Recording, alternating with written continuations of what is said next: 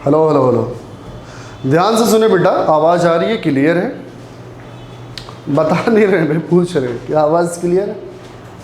ठीक है। सुना, हमारे पास जो टॉपिक है बेटा वो है मोल फ्रैक्शन। ठीक है, मोल फ्रैक्शन बहुत ही इंपॉर्टेंट टॉपिक है अपने आप में। जिसे मोल फ्रैक्शन निकालना आता है उससे बहुत ही कुछ चीज़ें आती है बेटा, क्योंकि जब भी मोल फ्रैक्शन हम निकाल लेते हैं तो हम वेपर प्रेशर भी आसानी से निकाल लेते हैं। मोल फ्रैक्शन जब निकाल लेते हैं तो पार्शियल प्रेशर भी निकाल लेते हैं। केमिकल इक्विलिब्रियम हमारा बहुत अच्छे से हो जाता है और सोल्यूशन भी अच्छे से हो जाता है। इसीलिए ज़रूरी है कि मोल कॉन्सेप्ट के अंदर जो भी पार्ट हमारा है मोल फ्रैक्शन, इसे हम लोग थोड़ा सा सीख लें। हम लोगों ने पढ़ चुके हैं, बस थोड़ा सा आपको मैं डाटा बताऊंगा बेटा कि कैसे निकाला जाता है, इससे ज़्यादा कुछ नहीं सिखाऊंगा। इधर देखो जरा, मोल फ्रैक्शन जब भी निकालना हो, किसी भी सब्सटेंस का निकालना हो, तो आपको सिंपल वे में ये करना है बेटा कि जिसका भी निकालना हो उसका मोल divided by total mole. Fraction का मतलब होता है एक पार्ट में कितनी पार्ट डिवीजन की जाती है, उसे फ्रैक्शन बोलते हैं। बट यहाँ पे मोल है, मोल में एक पार्ट में लिया जाएगा, इसलिए मोल फ्रैक्शन बोलते हैं। अगर यही हम लोग 100 पार्ट में करते हैं, यानी कि 100 संख्या से मल्टीप्लाई करते हैं बेटा, तो ये बात आती परसेंटेज। और अगर यही हम 10 के पावर 6 से मल्टीप्लाई करते तो हमारे पास आ जाता पार्ट पर मिलियन, आ जाता मिलियन, मिलियन आ जाता। और अगर हम लोग यही मल्टीप्लाई करते बेटा 10 के पावर 9 से, तो हमारे पास पार्ट पर बिलियंस बन जाते हैं। तो मैं बात कर रहा हूं फ्रैक्शन का, यानी कि एक पार्ट की बात हो रही बेटा, तो एक पार्ट में उसका मोल डिवाइडेड बाय टोटल मोल। कैसे निकालते बेटा? किसी का भी मोल फ्रैक्शन निकालना हो, जिसका भी निकालना, उसका मोल डिवाइडेड बाय टोटल मोल क्या है, किसी भी कंटेनर में जितने भी हमारे कंपोनेंट होंगे उन सभी का मोल जोड़ के डिवाइड कर देंगे, हमारा मोल फ्रैक्शन निकल जाएगा बेटा। देखना ध्यान से, जैसे एग्जांपल हमारे पास, एग्जांपल नंबर फर्स्ट देखना बेटा, हाइड्रोजन के 2 मोल लिए गए हैं। ध्यान से देखिए बेटा, हाइड्रोजन के 2 मोल लिए गए हैं और हमारे पास O2 यानी कि ऑक्सीजन मॉलिक्यूल्स के 3 मोल लिए गए। इसमें पूछा जा रहा है कि हाइड्रोजन के मोल फ्रैक्शन क्या होंगे और पूछा जा रहा है कि ऑक्सीजन के मोल फ्रैक्शन क्या होंगे बेटा। तो हमारे पास टोटल मोल कितना हुआ सर? 3 मोल ये और 2 ये, 5 मोल हो गया बेटा। तो हमारे पास मोल फ्रैक्शन ऑफ हाइड्रोजन, इसका मोल अपॉन टोटल मोल, तो इसका कितना है? 2 मोल। तो 2 बाई टोटल कितना बेटा? 5 ही आ गया, 0.4 मोल आ गया। सिमिलरली हमारे पास मोल फ्रैक्शन ऑफ O2 निकल गया, इसका मोल, O2 का मोल सर कितना है? O2 का मोल सर 3 है, तो 3 बाई टोटल मोल 5 रख दिया और यहाँ पे आ गया बेटा कितना? 0.6 आ गया। ये 1 में निकाला जाता है, एक पार्ट में निकाला जाता है।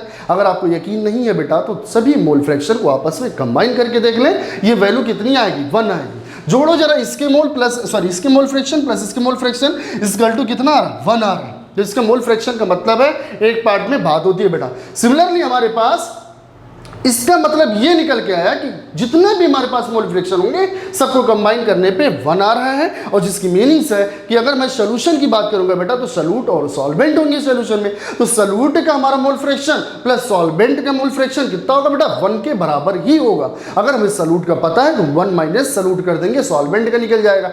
सॉल्वेंट का पता है 1 माइनस सॉल्यूट कर देंगे तो हमारे पास सॉल्वेंट कर देंगे तो सॉल्यूट का निकल जाएगा। जिसका भी पता वहां से निकाल लेंगे, 1 में से हम लोग क्या कर देंगे बेटा? सब्सट्रैक्ट कर देंगे, निकल जाएगा। क्लियर है? अगला सुना, हमारे पास जैसे मान लीजिए हमारे पास कोई कंटेनर, उस कंटेनर में एक कंपोनेंट A है और प्लस दूसरा कंपोनेंट क्या है बेटा? B है। तो यहां पे कह रहा है if the mole fraction of A is 0.75, कितना दे रहा है बेटा? 0.75 दे रहा है A का, तो हमारे पास B का निकलना चाहिए। क्यों? क्योंकि मोल fraction of A plus mole fraction of B, और कुछ होता तो वो भी जोड़ लेते, सभी की वैल्यू जोड़ के कितनी आती है बेटा? 1 आती। तो हमारे पास 0.75 plus XB is equal to कितना बेटा? 1 आ गया। तो इसलिए हमारे पास XB mole fraction of B part कितना आ गया बेटा? 1 माइनस 0.75 इज इक्वल्स टू हमारे पास आ गया 0.25 मोल फ्रैक्शन आ गया। क्लियर है बेटा? तो इस तरीके से हम लोग सारा मोल फ्रैक्शन निकालते हैं। अगला देखना बेटा, मान लीजिए हमारे पास थोड़ा सा लेवल बढ़ा रहे हैं इसे, मोल की बात कर रहे हैं क्योंकि मोल फ्रैक्शन में उसका मोल अपॉन टोटल, तो मोल से रिलेटेड पूरे मोल कॉन्सेप्ट आने ही चाहिए तुम्हें। आ रही है ना? कोई बात नहीं बेटा, यहां देख लेते हैं, थोड़ा सा देखना जरा। कह रहा एक कंटेनर है, इस कंटेनर में हमारे पास 4 ग्राम हाइड्रोजन। कितना बेटा? 4 ग्राम हाइड्रोजन। तो अगर 2 ग्राम हाइड्रोजन होता तो भाई मॉलिक्यूलर वेट को जब भी ग्राम मिले तो 1 मोल होता है। तो हमारे पास यहाँ पे कितना है बेटा? 2 ग्राम का डबल है, यानी कि 4 ग्राम। तो हमारे पास 2 मोल हाइड्रोजन गैस है। सिमिलर पैटर्न पे हमारे पास नाइट्रोजन N2 है 28 ग्राम, और N2 का मॉलिक्यूलर वेट भी कितना होता है बेटा? 28 होता है। तो ये कितना हुआ बेटा? 1 मोल हुआ। X2 और हमारे पास कह रहा हाइड्रोजन का और नाइट्रोजन का मोल फ्रैक्शन क्या होगा? तो उसका मोल अपॉन टोटल मोल। बेटा टोटल मोल ये 2 मोल और ये 1 मोल टोटल मोल कितना हो गया बेटा 3 मोल हो गया। अगर ये 3 मोल टोटल हो गया तो हम लोग उसका मोल अपान टोटल, तो इसका कितना बेटा हाइड्रोजन का 2 मोल डिवाइडेड बाई 3, हमारे पास नाइट्रोजन का कितना 1 मोल डिवाइडेड बाई 3 कर दिया, क्लियर हो गया। इस तरीके से मोल फ्रैक्शन ऑफ हाइड्रोजन और नाइट्रोजन निकल गया बेटा। सिमिलर पैटर्न पे मान लीजिए मॉलिक्यूल्स की संख्या में दिया हो, कोई कंटेनर है, उस कंटेनर के अंदर 12 × 10 के power 23 molecules of N2 gas है। N2 गैस की मॉलिक्यूल्स दिए हैं भाई, कितना 12 × 10 के पावर 23। अब आपको पता होगा बेटा 6 × 10 के पावर 23 जो भी मॉलिक्यूल्स होते हैं या जो भी एटम्स होते हैं वो वैल्यू होती है 1 मोल के बराबर। 6 × 10 के पावर 23 वैल्यू किसके बराबर होती है 1 मोल के बराबर होती है। ये भाई 12 दिया यानी इसका डबल दिया है ना बेटा, इसका मतलब ये कितने हैं 2 मोल है, डेफिनेटली तो हमारे पास ये 2 मोल N2 आ गया। सिमिलरली 44.8 लीटर ऑफ CO2, बेटा तुम्हें मालूम होना चाहिए किसी भी गैस में PV बराबर एनर्जी हम लोग फॉलो करते हैं, जब भी आइडियल गैस मान की फॉलो करते हैं तो वहां पे हमारा वैल्यूम 1 मोल का जो वैल्यूम आता है मोलर वैल्यूम STP पे 22.4 लीटर आता है, यानी कि 22.4 लीटर आता है। अगर 22.4 लीटर है तो वो कितना होता है 1 मोल के बराबर होता है। यहाँ पे ये 44.8 है, इसका डबल है, यानी ये हमारा CO2 भी कितना है बेटा 2 मोल है। तो हमारे पास CO2 2 मोल है, हमारे पास CN2 2 मोल है बेटा, तो हमारे पास टोटल मोल कितने हैं 4 मोल है। इस तरीके से मोल फ्रैक्शन ऑफ N2 उसका मोल अपॉन टोटल मोल 2/4, इस तरीके से हमारे पास CO2 का मोल फ्रैक्शन उसका mole upon total mole 2/4 equal to 0.5 आ गया। क्लियर हुआ बेटा, हमें उम्मीद है इतनी बातें क्लियर होगी। थोड़ा सा और लेवल बढ़ाते हैं बेटा मोल फ्रैक्शन का, जरा ध्यान से देखना। मान लीजिए आपसे कह रहा है हमारे पास 46 ग्राम Na है और 71 ग्राम Cl है और हमारे पास 2 मोल CaCl2 है। यहाँ पे सभी के सभी सॉलिड मिक्स किए गए हैं। हम कहते हैं कि अगर ये होमोजेनस, क्या फर्क पड़ता है, कुछ भी हो बेटा, मैं सोल्यूशन की बात थोड़ी कर रहा हूँ अभी, मैं अभी बात कर रहा हूँ मोल फ्रैक्शन की, और मोल फ्रैक्शन के लिए हमें मोल चाहिए होगा और टोटल मोल चाहिए होगा कंटेनर का, दैट्स ऑल। तो हमारे पास बेटा यहाँ पे सोडियम का एटॉमिक वेट कितना होता है 23, कितना होता है 23। तो अगर 23 ग्राम में ले लेते तो 1 मोल, ये 46 ग्राम है यानी कि डबल, यानी कि 2 मोल है।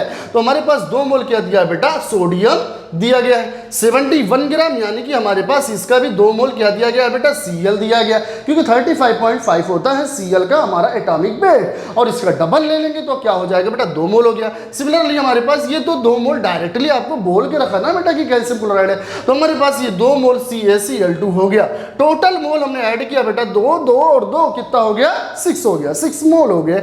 अब 6 मोल, अब हमारे पास निकालना मोल फ्रैक्शन, उसका मोल डिवाइडेड बाई टोटल मोल बेटा, तो उसका मोल किसका Na का 2 मोल डिवाइड बाई 6 1/3, इसका Cl का 2 मोल डिवाइडेड बाई 6 यानी कि 1/3, CaCl2 का डायरेक्टली दिया था 2 मोल, 2 डिवाइडेड बाई 6 आ गया, ये भी आ गया 1/3, और इसे कंबाइन जब करेंगे सभी मोल फ्रैक्शन को तो कितना आएगा बेटा 1 आएगा। क्लियर है। इसी तरीके से हमारे पास अगर मान लीजिए किसी को निकालना नहीं आता, मोल निकालना नहीं आता बेटा, तो उसके लिए हमारे पास एक जनरली डायरेक्ट फार्मूला है कि मोल इक्वल टू होता है given weight upon molecular weight W/m, जो कि पीछे लिखा है बेटा। इस और इक्वल टू ये भी कह सकते हैं कि मोल इक्वल टू होता है N/Na given number upon Avogadro's number होता है, जिसकी वैल्यू अवोगाद्रो की वैल्यू होती है 6 × 10 के पावर 23, इससे भी मोल आता है बेटा। और किसी भी गैस के लिए अगर बात किया जाए तो volume upon equivalent sorry molar volume की बात होती है, और 1 मोल का जो वैल्यूम होता है वो होता है 22.4 लीटर होता है बेटा, या हम कह सकते हैं 22,400 ml होता है। क्लियर। तो इस तरीके से ml में होता है। तो जिसको नहीं आता बेटा इस तरीके से वो क्या कर सकता है, फाइंड आउट कर सकता है मोल कहाँ पे दिया गया है, यहाँ दिया गया है। देखा जरा इधर हमारे पास SO2 के मॉलिक्यूल्स दिए गए, कितना 18 × 10 के पावर 23, आपको पता है 6 × 10 के पावर 23 कितना होता है बेटा 1 मोल। तो क्या ये 6 3 18 यानी कि 3 है, बिल्कुल, तो डेफिनेटली ये 3 मोल है, तो ये कितना है 3 मोल। इसके बाद ये वाला ये 64 ग्राम O2 है बेटा। O2 का हमारे पास एटॉमिक वेट कितना, मॉलिक्यूलर वेट कितना 32 को अगर ग्राम में लेते तो 1 मोल, क्या इसका डबल डेफिनेटली, तो इसका ये 2 मोल ये हो गया, तो हमारे पास 2 मोल ये हो गया बेटा और 3 मोल ये हो गया, और इस तरीके से 42 ग्राम ऑफ N2 है। N2 का एटॉमिक वेट कितना होता है 28, हमारे पास कितना दिया 42, इसका मतलब ये कितना आ जाएगा बेटा 3/2 आ जाएगा, यानी कि 1.5 आ सकता है ना, तो ये 1.5 आ जाए। नहीं आ रहा तो यहाँ से देख लो बेटा गिवन वेट अपन मॉलिक्यूलर वेट 18 गिवन वेट 42, तो हमारे पास आ गया 3/2 मोल। तो हमारे पास सारे मोल निकल गए, टोटल मोल 13/2 कर लिया, क्योंकि 6.5 आ रहे थे बेटा 6.5 आ रहे थे, और इस तरीके से मोल फ्रैक्शन निकाल लिया। क्या इतनी बातें समझ में आ रही बेटा? इसमें कोई डाउट है तो बताएं, नहीं है क्लियर है। कल हम लोगों ने पढ़ा था क्वालिटेटिव प्रॉपर्टीज, अब हम लोग आगे पढ़ेंगे बेटा कि क्वालिटेटिव प्रॉपर्टीज में ऑस्मोटिक प्रेशर क्या होता है। ये मोल फ्रैक्शन पढ़ना थोड़ा सा जरूरी था, इसलिए हम लोगों ने पढ़ लिया। क्लियर है बेटा? ओके, थैंक यू बेटा।